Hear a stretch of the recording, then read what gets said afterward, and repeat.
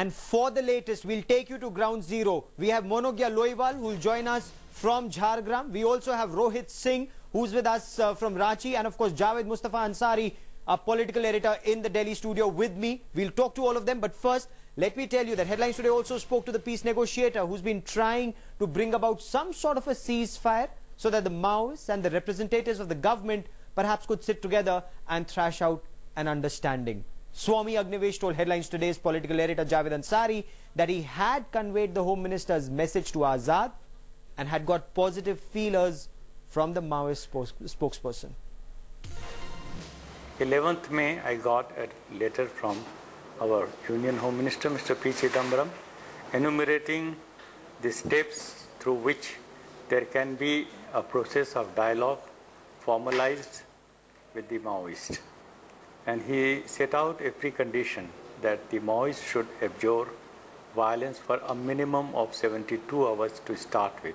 And then we can have a long-term ceasefire for the talks. And all those issues which are yet to be resolved, they can be resolved through talks. So that was the offer made by the Union Home Minister, and first time by any Union Home Minister of India. So I jumped at this letter, and I thought that it was a great opportunity. Whatever we have been doing by way of peace activism, that can now materialize if we follow in letter and spirit the contents of the letter step by step. And then I tried to pass on that letter to the Maoist leadership, CPI, in their forest hideouts. And I was expecting some sort of a reply. But when finally I got the reply from Mr. Azad, signed by Azad, a spokesperson on behalf of the CPI Maoist, then I found it to be quite a breakthrough. I found it to be very, very positive, though not meeting all those conditions and steps as suggested by Mr. Chidambaram, yet the whole tenor of the reply was positive. The reply was apparently positive. Javed Ansari, is that opportunity now lost forever? You know, there's nothing ever, I mean, there's no last day in such things. But yes, it is certainly a big setback. If what Mr. Swami Agnivesh is saying is correct, that Mr. Azad was on the point. I mean, he told me that he was expecting, they were on the point of deciding a date whereby both sides would agree there'd be a cessation of hostilities. So if that is true, then in that respect, in that sense, yes, certainly it's a setback, and it would seem that those peace efforts will they'll have to start from scratch one again. Okay, let me take you to ground zero now. Speak to Monogya Loiwal, who joins us from Jharkhand. Monogya, at one point of time, such was the fear that railways had decided not to run trains at night in this area. Is that fear still very palpable on ground zero? You are at that place where Maoists had killed 148 innocent train passengers of the Gyaneshwari Express. Well, Gaurav, it happened on 28th of May and almost nothing has changed since then. The fear still persists in the people here. You can see the silence here around us.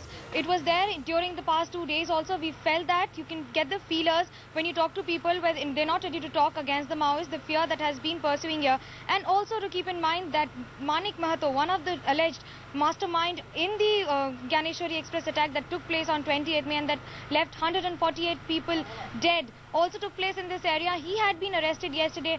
That is the impact of the 2-day bandh, and after that there's even more silence in the area, especially in West Midnapur, Bankura and Purulia. These 3 districts are considered to be the Maoist infested area in West Bengal from past 3 decades.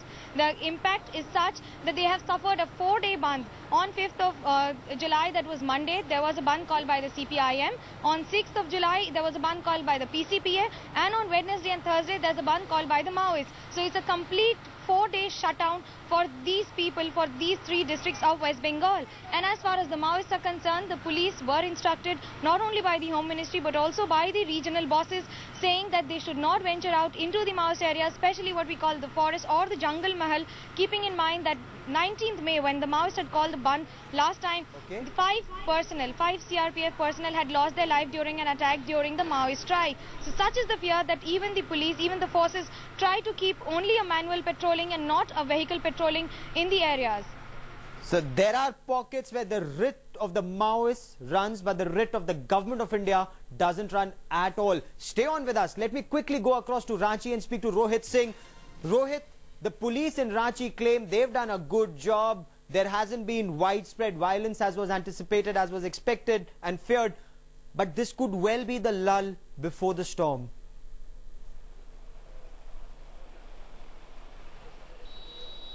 Definitely, Gaurav, this could just be a lull before the storm, because we were talking to the Jharkhand police today.